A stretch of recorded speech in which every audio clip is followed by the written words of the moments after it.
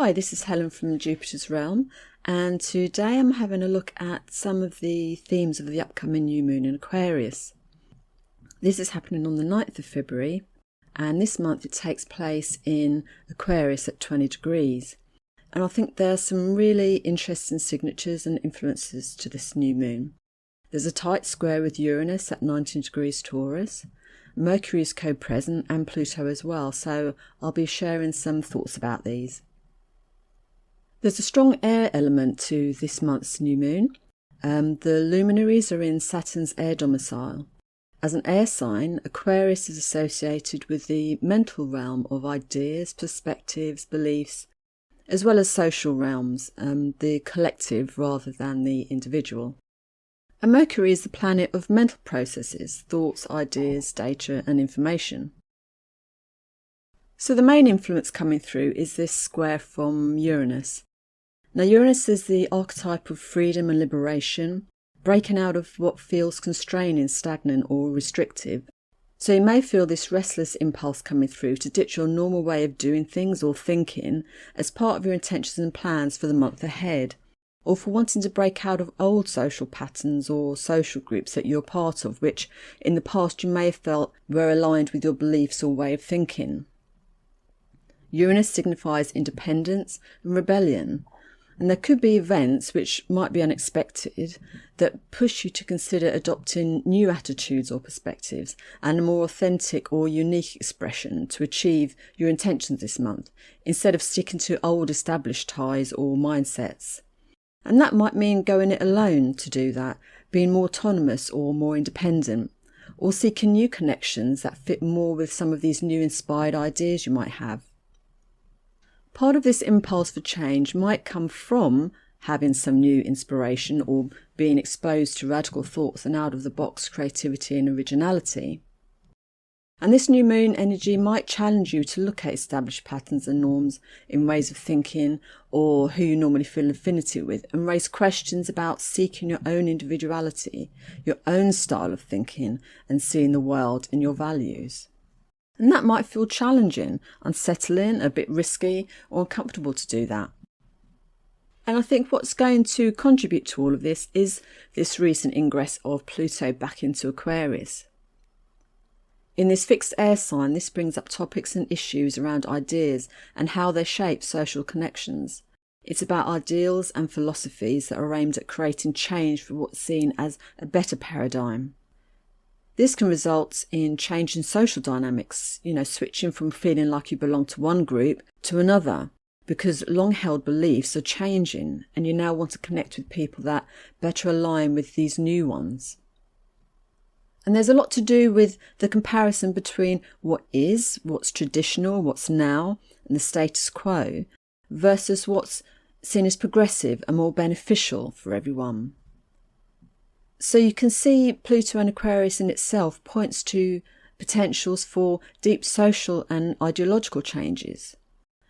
And that, together with this Uranus aspect, could mean that this month there's a real impulse around the shifting of ideas and social connections we might have as part of how we manage or approach our intentions and goals. Some of that might be stimulated by the Uranus aspect, which in itself is a driver for change and stepping into something that might feel a bit radical, eccentric or offbeat, but which could feel liberating, like a breath of fresh air and unrestrained. But as I said, that might feel uncomfortable and cause tensions. There could be friction with taking that step into more independence or individualism. Aquarius is about the collective, not the individual. But Uranus is about being individual.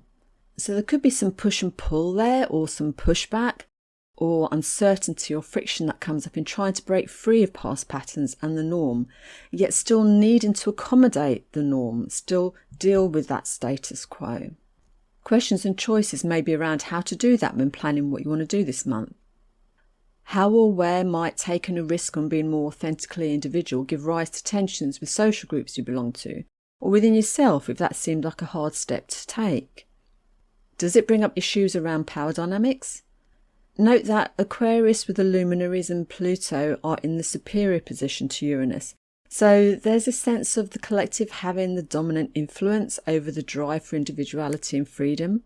maybe having the power to influence any push for individuation or pursuit of originality. Perhaps there are fears about being too radical, especially in the realm of ideas and philosophies. So there might need to be some compromise and adjustment, and that might need the assuaging of fears in order to create some cooperation or harmony, or taking things a little slower so that what seems radically different or unusual can be acclimatised to, and to give more time to feel comfortable with that. I think a theme that might come up as well is one of being aware and empathetic to others' opinions and anxieties. As mentioned, Pluto can bring up fears, and in Aquarius that can be around progressiveness and what that means and how that shifts one's feeling of empowerment. Saturn rules Aquarius, and Saturn can bring through lessons about having clarity, realism, and being aware of the consequences of one's actions. But we also have this square between Mercury and Jupiter. How do we share our ideas with others, and how do we communicate? Jupiter wants to bring forth optimism, social cohesion, compassion and empathy. So using those qualities in terms of how we talk to others, how our ideas are put across, could be helpful in allaying fears and creating more understanding and agreement, which the square with Uranus really might need. And Saturn, whilst it can represent rigidity, is in Pisces, bringing a bit more malleability through to Aquarius, which can be really helpful. Just for some further thoughts on this Mercury-Jupiter aspect, it can really help us expand our minds, seek out new information, knowledge and wisdom as well, which can help inform our intentions and the seeds of actions we are planning under the new moon. Mercury squared Jupiter can indicate having an optimistic, forward-looking or visionary mindset, which will feed into that Uranus quality of being innovative, inventive, thinking outside of the box, exploring new avenues, new possibilities, and having inspired ideas. What to be mindful of, though, is that Jupiter is expansive, so there could be an overwhelm of information or knowledge that we'll have to find a way to manage, or the overextending of oneself in terms of learning or acquiring information, being too overconfident with our ideas this month, especially with Uranus being such a strong factor, which will be driving the momentum to seek out what's radically different than we normally do or think. So watch out for going to extremes or doing things in an excessive way that's counterproductive, because that might be part of what causes some of the tensions that could arise this month. And there could be something here too about a tension or friction between rationality and logic versus doing things based on faith or beliefs, which may need harmonising. Finally, something else to consider is that these aspects from Jupiter and Uranus come through the Earth sign of Taurus, so there'll be a need to work out how to manifest those ideas in a practical, tangible way, rather than holding on to them just as musings or abstract thoughts. Aquarius is an air sign ruled by Saturn, can be somewhat logical, rational and detached rather than feeling oriented.